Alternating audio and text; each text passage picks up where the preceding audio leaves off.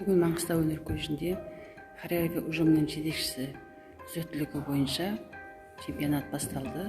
Бірінші модуль бойынша дайындық